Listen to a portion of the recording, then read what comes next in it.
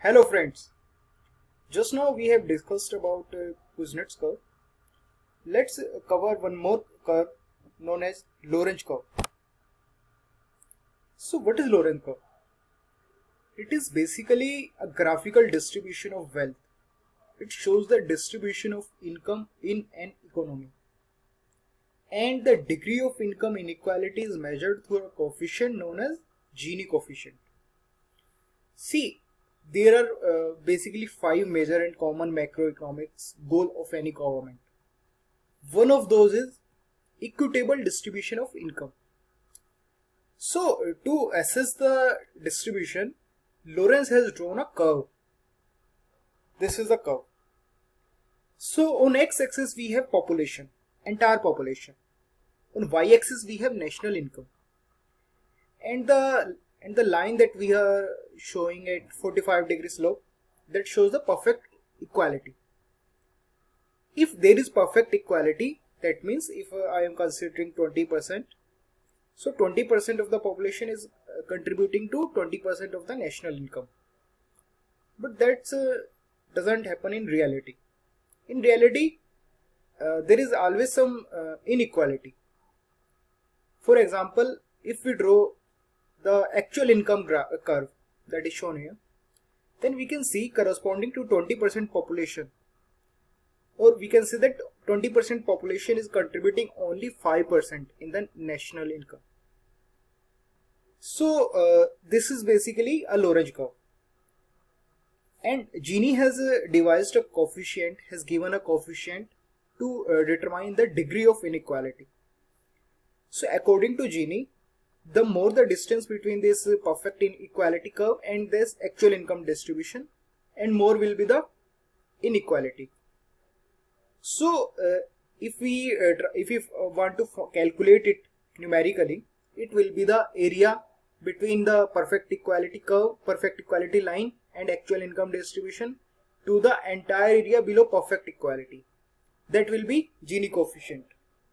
So if Gini coefficient is 0, that will mean perfect equality.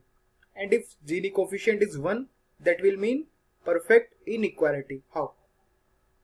If there is perfect equality, so the actual income distribution curve will coincide with the perfect equality curve. In that case, area between perfect equality and actual income distribution will become 0. So Gini coefficient will be 0. That means that if Gini coefficient is 0, there is perfect equality in the country or in the economy.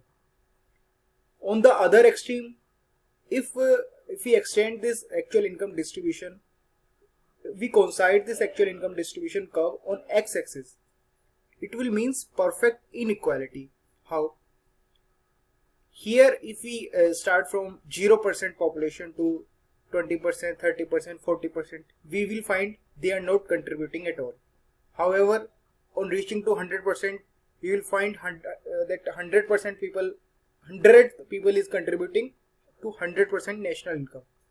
So obviously that will be an indication of perfect inequality. So this is Lorentz curve, and Gini coefficient we have already discussed. You should know that it is basically a measure of degree of income inequality in a population, and it can vary from 0 to 1. 0 means perfect equality and 1 means perfect inequality. So a Gini coefficient of 0 means that everyone has the same income, while a coefficient of 1 represents a single individual receiving all the income. So friends, there are various countries whose Gini coefficient vary. However, we can't confidently say that whether a country having lower Gini coefficient will be good than countries having higher Gini coefficient, because it's only giving a measure. It's not saying what's the average income of that country. So this is all about Lorentz curve. You can more understand it more while going through some graphs, some curves of various countries, how their income distribution vary, to assess that how the world is organized across the globe. Friends, hope you like the video.